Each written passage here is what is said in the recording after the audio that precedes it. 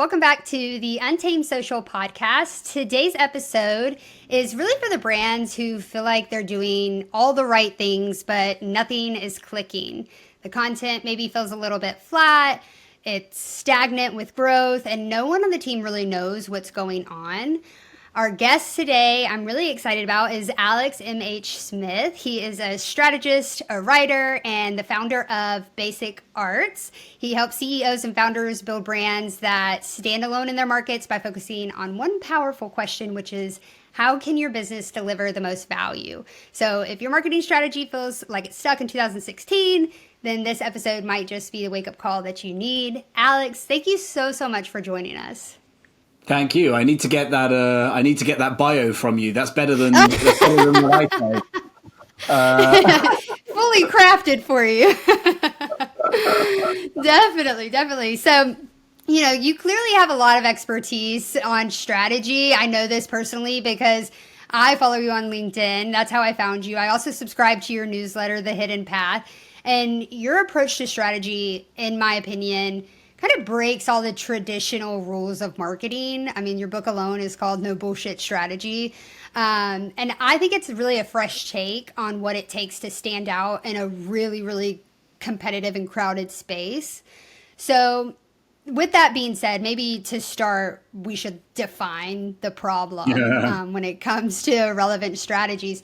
So from your perspective, what are some signs that a brand's marketing strategy is outdated? Well, I think that you actually said it really well in your intro when you said you feel like you're doing everything right and yet it isn't working.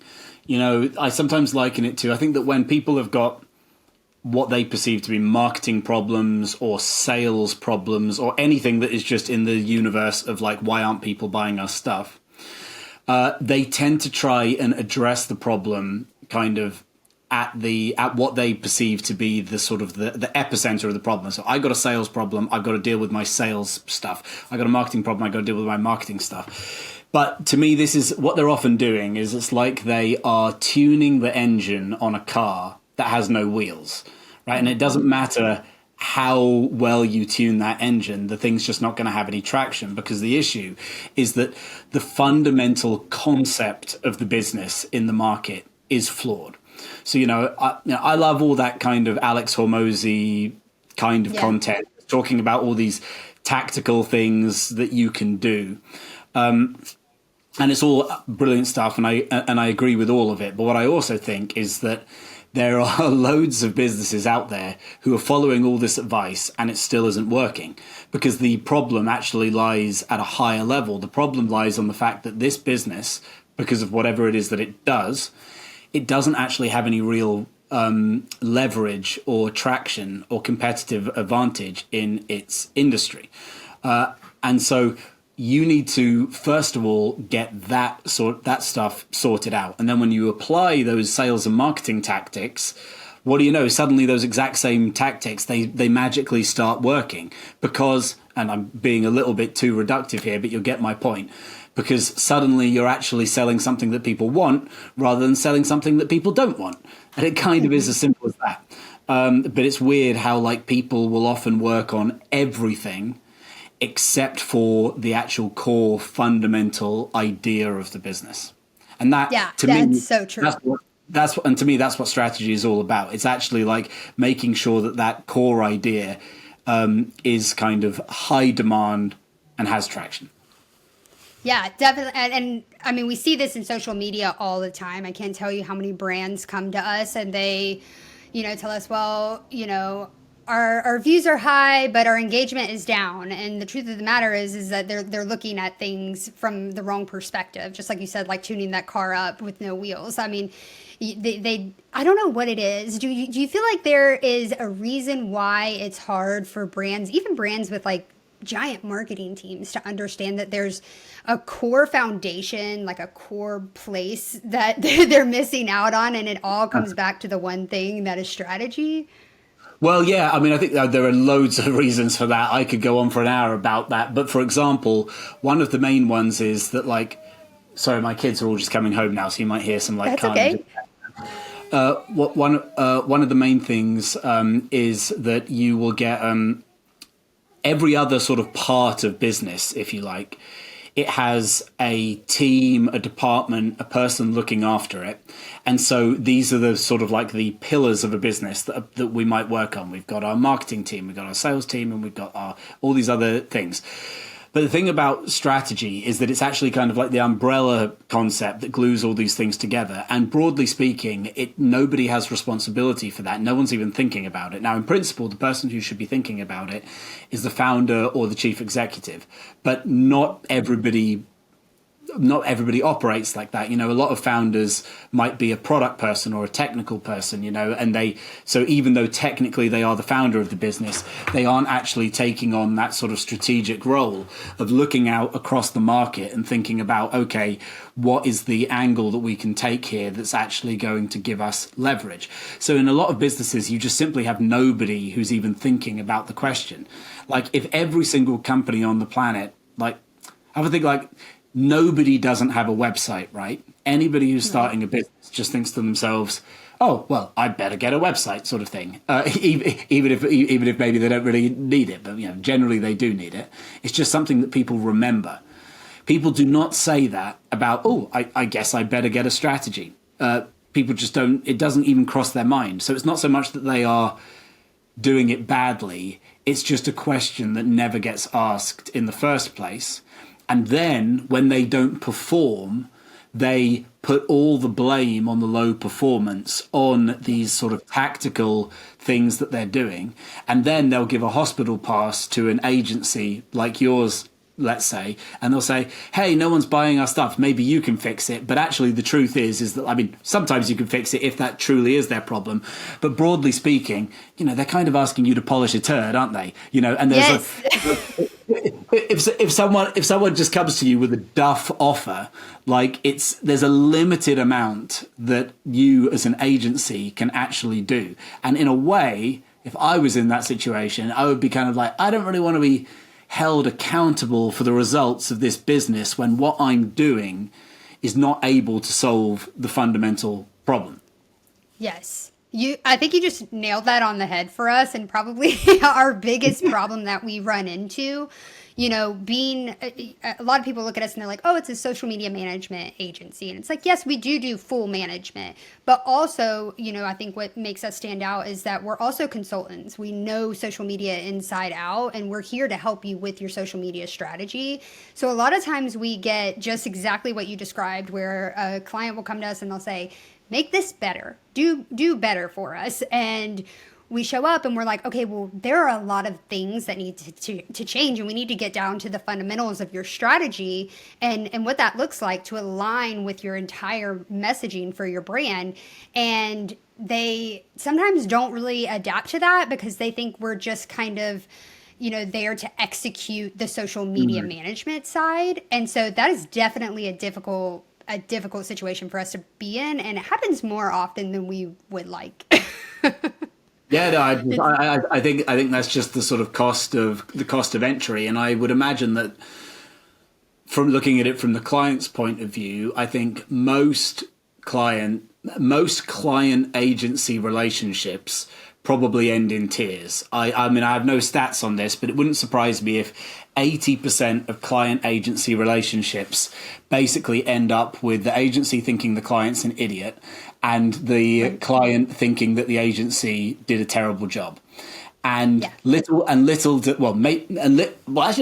both parties know that it was a doomed relationship in the first place, because the brief that was being given to the agency was in essence an impossible brief. Yeah, definitely. It just couldn't be more true. And I wish more people had that perspective and understanding. And it's something that we really have to teach our clients a lot. The other thing with that, too, being that a lot of times we find clients who are kind of stuck in their maybe old strategy. So my question to you is, number one, which I think I know the answer to because you had a post on LinkedIn earlier this week that really caught my attention, but I'll let you answer it. But do you believe in kind of timeless marketing strategies, or do you think that you can get stuck and become irrelevant if you're not updating your strategy? So we need to slightly, we obviously need to be careful of terminology here. There's sort of like the distinction between, I guess, like sort of marketing strategy and kind of business strategy. And again, and these things mean whatever people want them to mean. So I don't have any opinion of this means this and that means that. Whatever you think they mean, that's what they mean. But obviously we need to kind of like just align for the purposes of the question. So I think that the way that I see it is that like the business strategy, there are exceptions to this, but 99 times out of 100, the business strategy determines the specific value that this business owns in the market. So this is the thing that like they deliver and only they deliver, or the perception is that only they deliver it. And if a business gets into that situation where they have this owned area of value in the market, where like, you know, everybody knows that like IKEA is where you go for cheap but nicely designed furniture, for sake of argument, even if there are other people you can get that from, that is, you know, IKEA managed to kind of carve out that space for their own. If you do that job incredibly well, which is obviously very unusual, then actually I do think it should never change, because what you then do is you just burrow into that position in the market indefinitely. And you could even, like, in theory, although this in practice this very rarely happens, in theory you can even ride out technological disruption, because if you understand your business in terms of the value it gives to people rather than the product that it makes, then you can adapt. You can have lots of different products to deliver the same value. So, I mean, this is a silly analogy, but it'll just land my point. Like, you know, in theory, Blockbuster could have become Netflix and had it be a coherent thing. They didn't, but like it wouldn't have been a weird thing for them to do if they'd thought it through, because it would have just been a way for them to continue holding their strategic position in the market, but just adapting with whatever's going on with technology. So in that respect, I do believe that in a purest sense, strategy should be completely timeless. But that being said, you know, there are, and I think that, you know, but there are, being realistic, like it is possible for people to get sort of disrupted in a way that they can't really bounce back from. But I think that sort of disruption is rarer than people give it credit for. Then when we drop down a level from like, what does this business do, down to the marketing strategy, which just for the purposes of asking this question, I'm going to say is like, how does the business market what it does? How does it present what it does? That to me is something that actually does change kind of constantly. So a great example of this, just a big famous example, is that like Nike, I think, have managed to hold position in the market as a business. Not the last 5 years, I think they've been a bit crap actually, but for a very, very long time, they've managed to hold position in the market since, like, you know, let's say from the 70s till the 2010, let's call it, very, very long time. But to do that, they've had, so what Nike is all about has kind of never really changed.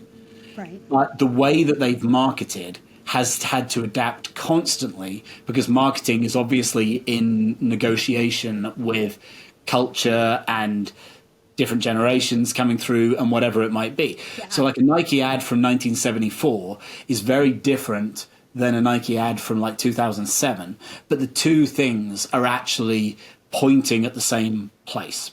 So I kind of talk about this as the idea of you have to keep moving in order to stand still.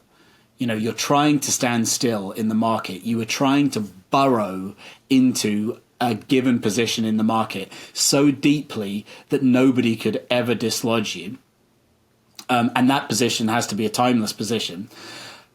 But in order to do that, it requires constant movement, constant innovation, constant new thinking. If the world never changed, then you wouldn't have to do that. If the world never changed, you would just do like run the same ad forever, kind of thing. Which would be nice. It would be nice, but unfortunately, it doesn't. Unfortunately, it doesn't really work. So that's.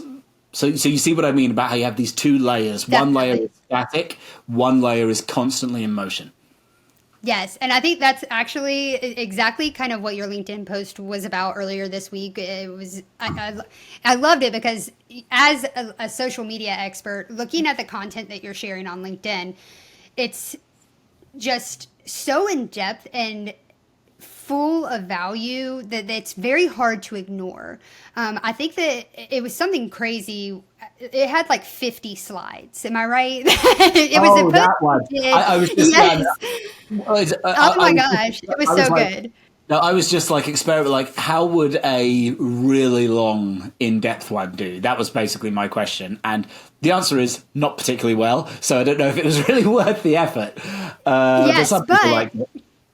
You know, for you, I mean, number one, you just really hit on so much of what you put into that post. So all of that value that you just delivered here, you know, you clearly delivered in a carousel post on LinkedIn, and you talked about, you know, exactly that, where you have to be timeless with your business strategy. But then you talked about new innovation on the marketing side and the differentiation and duplication. I mean, I read it and I was like, this is great, you know? And I think that you really nailed it on, you know, what did you say? Standing still but moving forward? Was that what it was? Keep on moving in order to stand still. Yes, that's what it is. So there's a more elegant way of saying that, but you get the gist.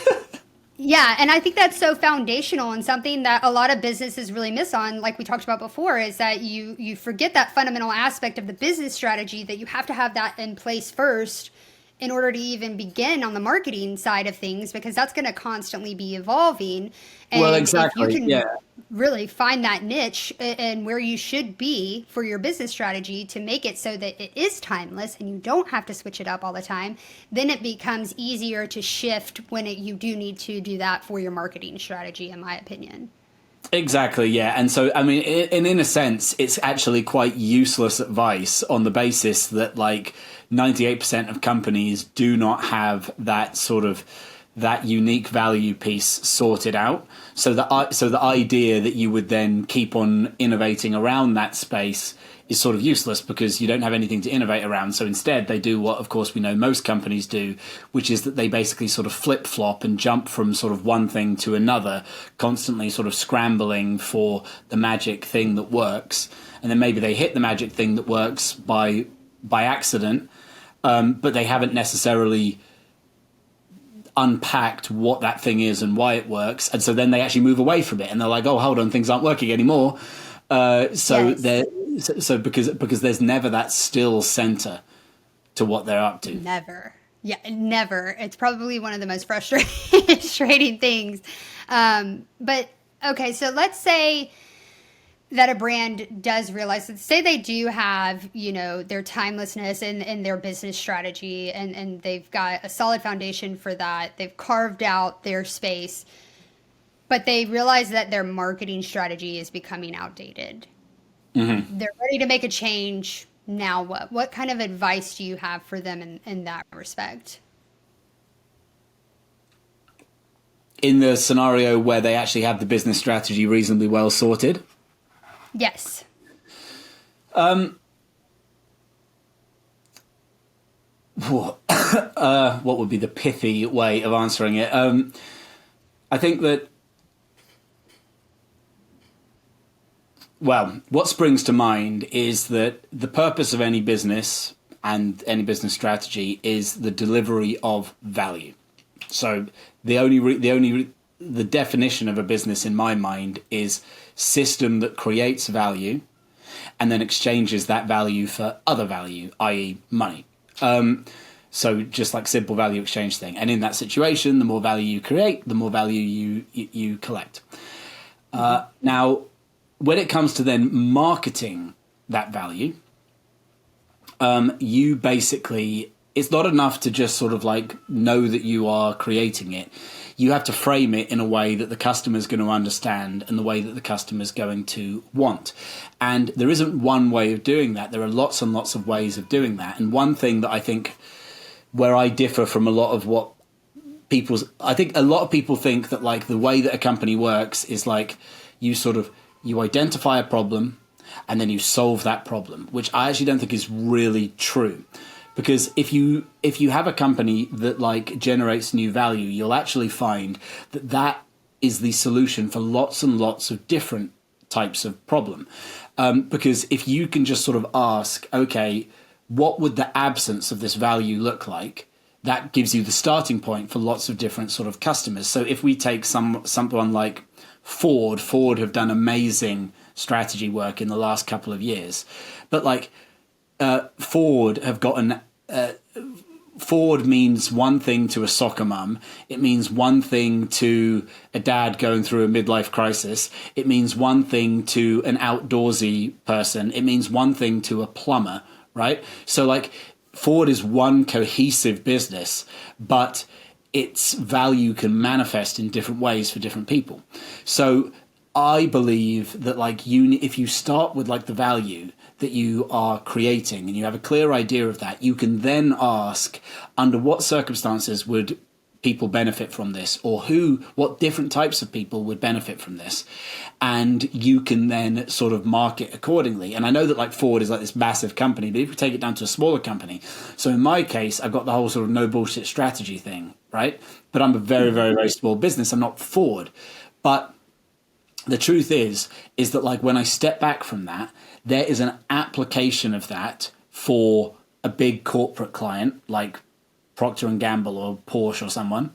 There's an application of that for a sort of little startup-y, solopreneur type business. There's an application of that for other strategists who want to sort of do strategy the kind of the no bullshit way, whatever.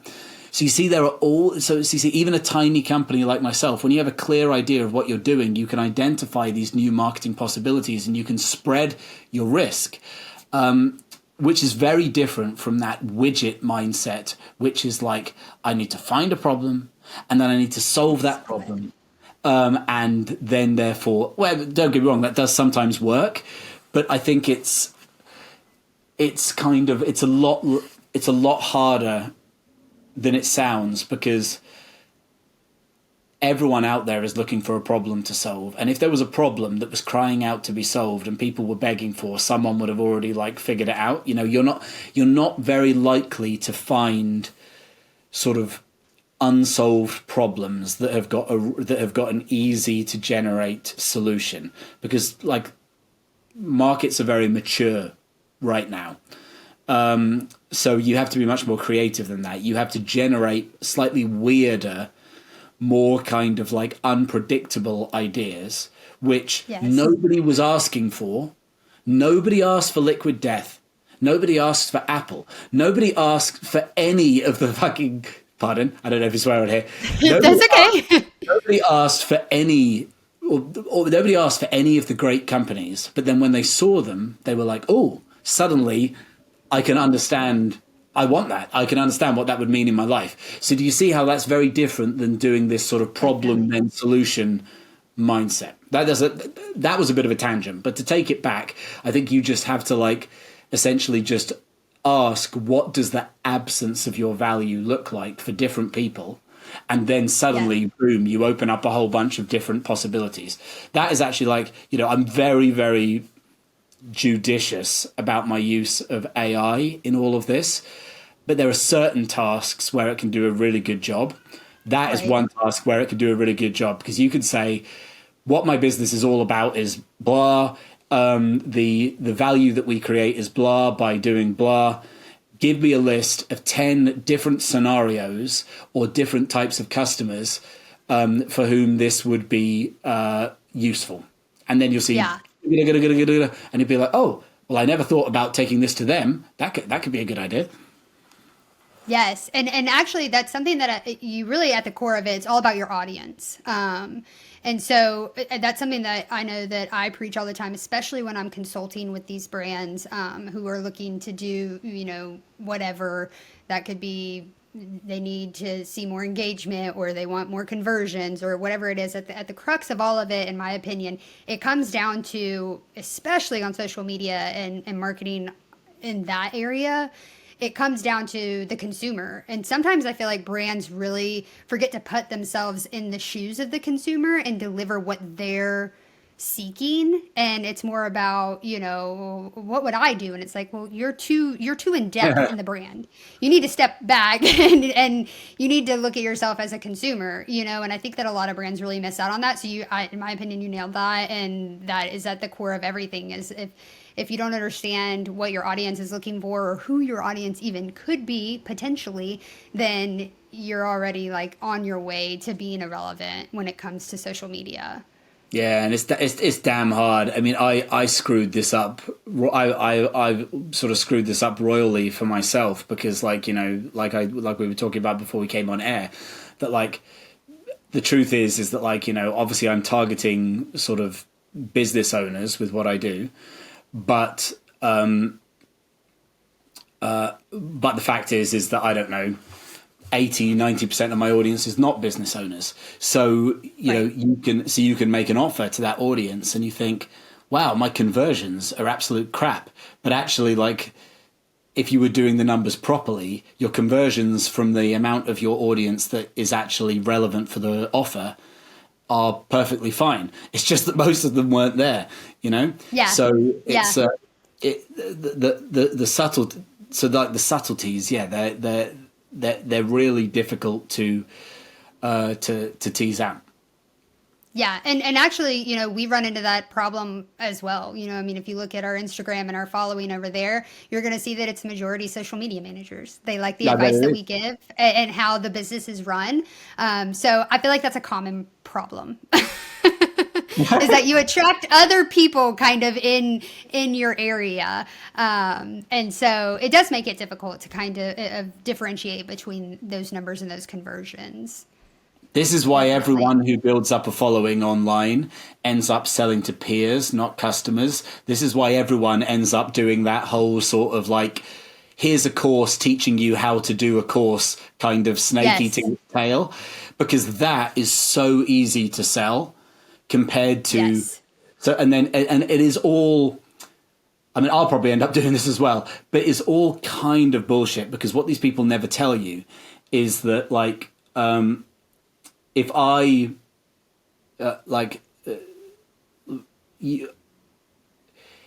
selling, if you like doing a course telling people how to do courses, and you're saying you can do a course for your customers, so like your clients, not your peers, right? And that never really works, because selling from a supplier to a client is a very difficult sell, whereas selling from a peer to peer is a very easy sell. So everyone will look at my business doing a course teaching you how to do courses, and they'll say, wow, Alex is absolutely killing it, because like, look, he's made this work, so I can make it work. But the secret is that I'm only making it work in this hypothetical scenario because I'm selling to other people who are the same as me. And then those people are trying to sell to their clients, and the dynamic is not actually the same. But the whole thing is a bit of a kind of Ponzi scheme, but no one could ever kind of admit to that. Yeah, well, hey, and I'm guilty. I mean, back in 2010, I got my start in social media on Instagram, and how I really got into it was I was selling courses to online teachers to show them how to market their businesses on Instagram. And, so I think you're right. Like, I was an online teacher at one point, so I had kind of the nuance of knowing the ins and outs of that side of it. But then I was just giving them this one little extra piece, this little nugget to help them to, enroll more in their classes. But what happened from that was, because I was one of the first to do it in that space of online teaching, it then became very common for other online teachers to start to offer courses on how to get enrollments in their classes. So I think you're very much right about that, and I think it is going to die down. It has started to trend down, in my opinion, but it's definitely still out there. And at some point, what do? You know, like you said, whenever the majority of your audience are those who are your peers. So I like your honesty with that. I think that's important. And I think it makes people trust you more too. Yeah, I mean, look, and I just think that if I drop an offer which is targeted at strategists or other solo consultants, and that like sells, you know, $500,000 straight off the bat, I'm going to chase that, aren't I? So like, no judgment here. Yeah. But that's how it goes. But I think as a purchaser of this advice, you just have to keep that. You have to keep that in mind. You really do. You definitely do. Well, Alex, this was definitely a powerful conversation, especially for those of us who are kind of navigating strategy in an area that changes almost daily. Thank you so much for joining me. But before we wrap, can you share with our listeners, you know, where they can follow you or get in touch with you to learn more about what you do, and, you know, maybe even adding to that list of peers. Oh yeah, come on, peers. Yeah, I mean, like, you could, if you want to obviously like know more about strategy, the best resource is my book, which is very, very short, so it's very easy read. You can read it in one sitting, pretty much. No Bullshit Strategy. You can get that on Amazon or whatever.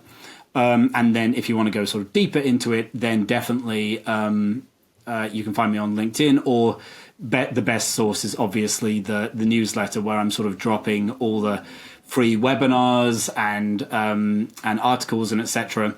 Every single week, which you can get to from the website basicarts.org/newsletter, or even just on the homepage. And it's worth it, I promise. I am a subscriber and it's worth it. Well, thank you so much again. And thank you all for tuning into another episode of Untamed Social. Don't forget to subscribe, and we'll catch you next time. Hey, if you enjoyed today's episode and you learned a lot, imagine what you and your team could do with a fully customized strategy day. Our consulting boot camps are tailored to meet your biggest needs, whether that's boosting engagement, building content plans, or coming up with a brand new strategy. If you want to learn more, just hit the link below in the show notes.